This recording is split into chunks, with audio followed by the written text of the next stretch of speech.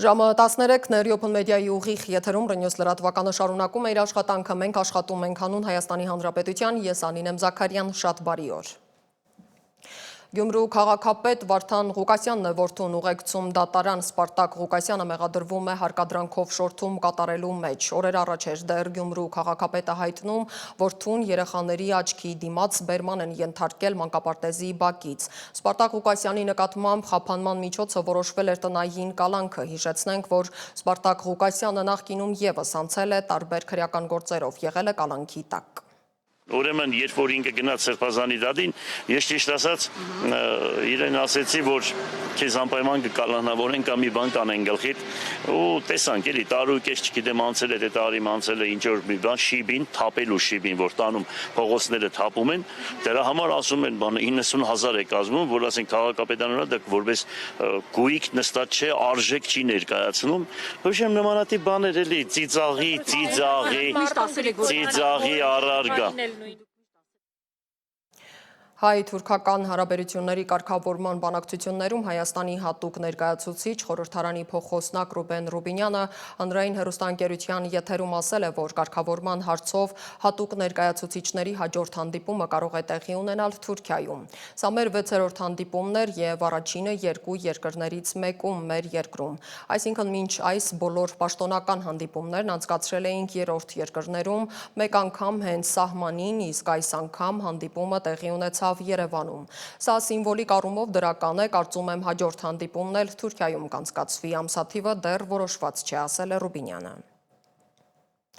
Ադրբեջանի նախագահ Ալիևը օկուպացված Շուշիում հանդիպել է Թուրքիայի զինված ուժերի գլխավոր շտաբի պետ Սելջուկ Բայրակթարօղլուի հետ։ Ըստ նախագահական վարչակազմի հայտարարության Ալիևը գոհունակություն է հայտնել Ադրբեջանի եւ Թուրքիայի միջև հարաբերությունների մակարդակից։ Կողմերն ընդգծել են, որ երկու երկրների միջև հարաբերությունները հաջողությամբ զարգանում են բոլոր ասպարեզներում, հատկապես ռազմական ոլորտում։ Չկան երկրներ, որոնք այնքան մոտ լինեն միմյանց, որքան Ադրբեջանն ու Թուրքիան եւ մեր միասնությունը կարևոր գործոն է համաշխարհային մասշտաբով։ Վստահություն է հայտնել Ալիևը եւ հավելել, թե տարածաշրջանում խաղաղության ժամանակաշրջան է սկսվել։ Նկատենք, որ դատելով զավթված Արցախ նրա այցերի հաճախականությունից Ալիևն իր աշխատաժամանակի կեսն այնտեղ է անցկացնում։ 2026 թվականի բյուջեի նախագծում Ադրբեջանի կառավարությունը պաշտպանության եւ ազգային անվտանգության ծախսերի համար նախատեսել է 8 միլիարդ 815 միլիոն մանատ կամ ընթացիկ փոխարժեքով 5.12 միլիարդ դոլար։ Ֆինանսների նախարարության կայքում հրապարակված տվյալներով ռազմական ծախսերը կկազմեն 2026 թվականի պետական բյուջեի ծախսային հատվածի 21%-ը։ Ադրբեջանի այս տարվա պետական բյուջեում պաշտպանության եւ ազգային անվտանգության համակարգին հատկացվել է 5 միլիարդ դոլար, այսինքն 2026 թվականին ռազմական ծախսերը կավելանան 3%-ով։ Մեծ Բրիտանիայի Եվրոպայի հարցերով նախարար Սթիվեն Դոութին Բաքու այցի ժամանակ հայտարարել է Մեծ Բրիտանիայի եւ Ադրբեջանի միջև հարաբերությունները ռազմավարական գործընկերության մակարդակի բարձրացնելու մասին։ Միացյալ Թագավորության արտգործնախարարությունից հայտնել են, որ Դոութի օրակարգում են հայ-ադրբեջանական խաղաղության գործընթացի, Ռուսաստան-Ուկրաինա հակամարտության եւ տարածաշրջանային անվտանգության հարցերը։ Նշվում է, որ այցն ընդգծում է Մեծ Բրիտանիայի նորացված հանձնառությունը ամրապնդելու կապերը Ադրբեջանի հետ, որը Հարավային Կովկասում ճանաչվում է որպես Մեծ Բրիտանիայի ամենակարևոր ռազմավարական գործընկերներից մեկը։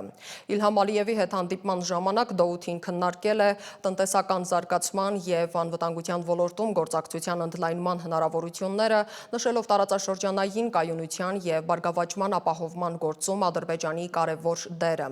Հաղորդագրության մեջ նշվում է, թե հաստատվել է Մեծ Բրիտանիայի բարձր գնահատականը տարածաշրջանային խաղաղության գործընթացում Ադրբեջանի կառուցողական առաջնորդությանը։ Դժվար չէ նկատել, որ Լոնդոնի պատկերացումներով, սպառնալիքներով հագեցած հռետորաբանությամբ աչքի ընկնող խաղաղության պայմանագրի ստորագրման համար նախապայմաններ առաջ քաշող կողմն է կառուցողականը։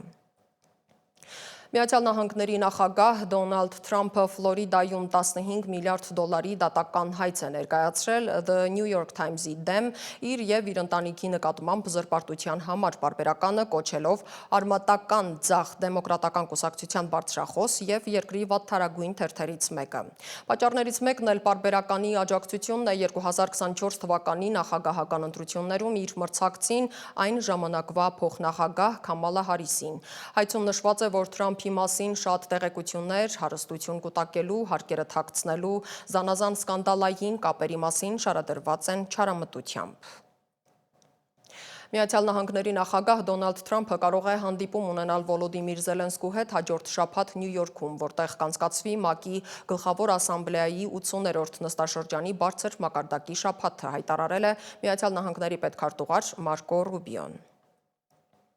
Լեհաստանի վարչապետ Դոնալդ Տուսկը հայտնել է, որ լեհական անվտանգության ուժերը վնասազերծել են Վարշավայում կառավարական շենքերի վրայով անցնող դրոնը եւ ձերբակալել Բելարուսի 2 քաղաքացիներին։ Հիշեցնեմ, որ սեպտեմբերի լույս 10-ի գիշերը 19 ռուսական անօդաչու թռչող սարքեր խախտել էին Լեհաստանի օդային տարածքը։ Դրանցից մի քանիսը խոցել են Լեհաստանի եւ ՆԱՏՕ-ի դաշնակից ուժերը։ Շաբաթօրը Ռումինիան օդ է բարձրացրել կործանիչներ այն բանից հետո, երբ ենթադրյալ ռուսական անօդաչու թռչող սարք է մտել երկրի օդային տարածք։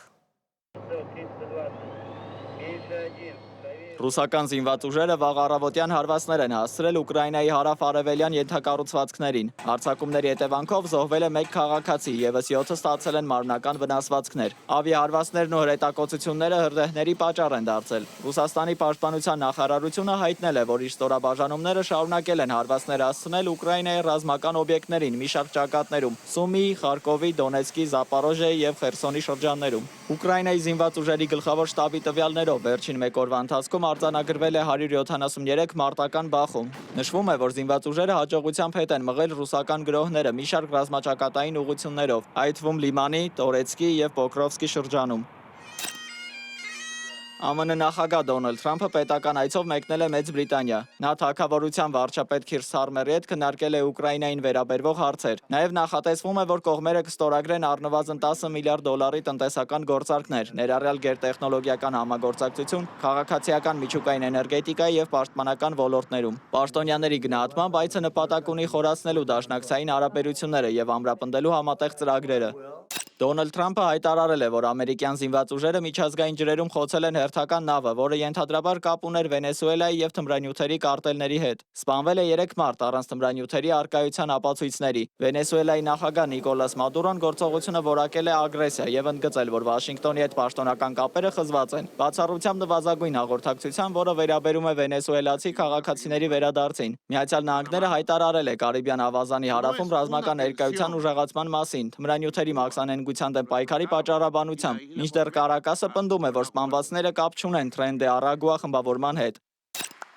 Իսրայելը հայտարարել է, որ Գազա քաղաքի գրավման գործողությունը Համասին վերջնական ջախջախելու ծրագրի մաս է, քաղաքացիներին ուղղորդելով դեպի հարավում ստեղծված մարդասիրական գոտի։ ՄԱԿ-ը եւ մի շարք երկրներ ընդգծում են, որ այս ռազմավարությունը հանգեցնում է զանգվածային հարկադիր տեղահանման, մինչդեռ Գազայում աղետալի պայմանները արդեն հատել են բոլոր հնարավոր շեմերը։ Տեղական իշխանությունների տվյալներով Իսրայելի 2 տարի տևած ռազմարշավը խլել է ավելի քան 64000 մարդու կյանք։ Մինչ Իսրայելը իրականացնում է բացահայտ էթնիկ զտումներ եւ ցեղասպանություն, Գերմանիայի կանցլեր Ֆրիդրիխ Մերցը ելույթ ունենալով Մյունխենի Ռայխենբախի նորակառույց սինագոգում հայտարարել է, որ ամաչում է հրեական համայնքի դեմ աճող հակասեմիտիզմից եւ վստահեցրել, որ կպայքարի դրա բոլոր դրսեւորումների դեմ։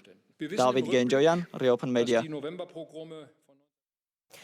Ներքին գործերի նախարարությունը գործարկում է կիբերոստիկանություն, տելեգրամյան ալիքը հարթակը ստեղծվել է քաղաքացիներին ժամանակին իրազեկելու կիբերհանցագործությունների նոր մարտահրավերների մասին եւ ապահովելու նրանց անվտանգությունը թվային միջավայրում։ Ալիքում կհրապարակվեն օգտակար խորհուրդներ, նորություններ եւ կիբերհանցագործություններից պաշտպանվելու արդյունավետ մեթոդներ։ Էջը կառավարում է գերատեսչության, քրեական ոստիկանության, կիբերհանցագործությունների դեմ պայքարի վարչությունը։